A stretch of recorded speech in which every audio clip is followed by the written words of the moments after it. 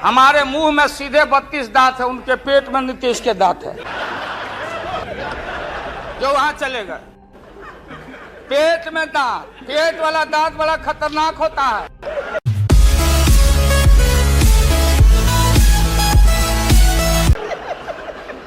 सन 77 में छपरा से मैं मेंबर पार्लियामेंट बन के आया था लोकसभा का। हम सब लोग एक साथ थे, सभी लोग आंदोलन में थे। आप लोग भी जेल, हम लोग भी जेल। कांग्रेस के खिलाफ हम लोग लड़े थे। उस समय जसवंत बाबू जेल में नहीं थे, जो फाइनेंस मिनिस्टर हैं। थे क्या आप जेल में? हाँ, हाँ, कभी जेल नहीं, आंदोलन में जेल। आप लोग तो, आप तो बिना हरे फिटकिरी का कोई ना कोई पद ले ही लेते हैं, चाहे इधर हो या उधर हो, दोनों पार्टी। अब उसमें आप अकेले नहीं, आप अकेले नहीं हैं। दिल्ली में ऐसे बुद्धिजीवी लोग हैं, बुद्धिजीवी, बुद्धि नहीं है लेकिन बुद्धि से जी रहे थे। तो खैर छोड़िए इन बातों को, ज्यादा आपको टॉर्चर करने की जरूरत नहीं। तो महोदय मैं बताना चाहता था, ये जौहर साहब हैं, अब बैठिए। सन 77 में महोदय हम लोग को दिल्ली समझ में आया नहीं।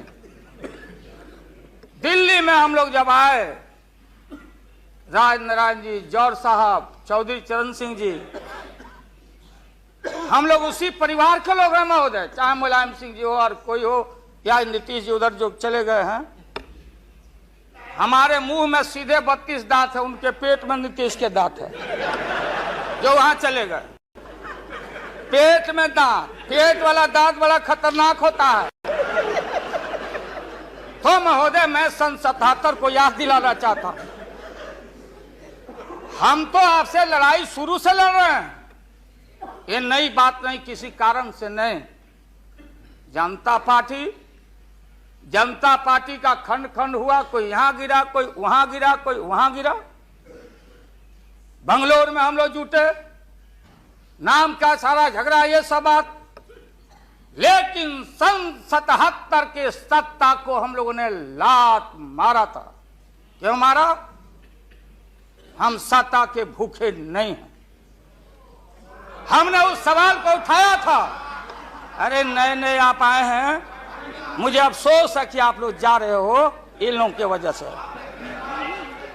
सन 77 में दोहरी सदस्यता का सवाल उठाया गया था मजबूती से हम लोग के द्वारा कि अगर आरएसएस में रहना है। जौहर साहब भी बोलते थे, छाती पर हाथ रख के बोले, यही उठाए थे। हम तो लोग नए थे, हम लोगों ने कहा था या तो आरएसएस में रहिए या तो जनता पार्टी में रहिए। दोहरी सदस्यता नहीं चलेगा इस मुल्क में, और देश के सेकुलर कैरेक्टर और फाउंडेशन को हम लात नहीं मारेंगे। आपको याद होगा, इसलिए हम लोग टूटे और हम लोगों ने नारा दिया, चरण नहीं तो चुनाव। और हम लोग चुनाव में गए।